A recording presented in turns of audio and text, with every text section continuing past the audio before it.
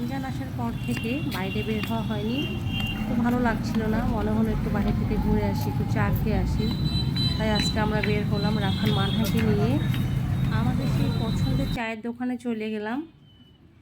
তো ওখানে যে মানহা বাবা আমাকে বলছে কোন চাটা খাবা, এখানে অনেক রকমের চা আছে। আসলে আমরা ম্যাক্সিমাম দিনই মালাই চা, বাদাম চা, তারপর হচ্ছে কী বলে ওটাকে, তান্দুরি চা, এগুলোই ম্যাক্সিমাম টাইম খাই।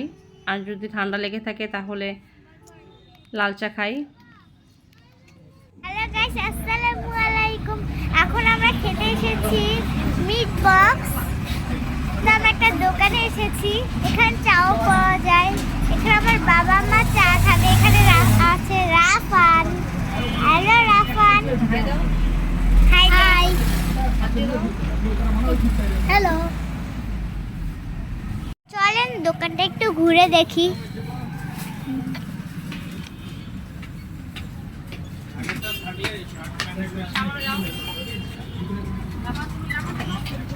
এটা হলো দোকানটা, এই যেটা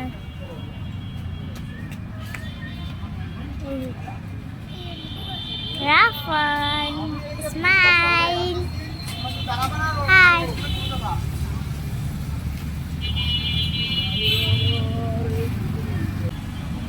তো আসতে থাকতে আসার পর তোমাদের সাথে দেখা হবে আবারও। টাটা।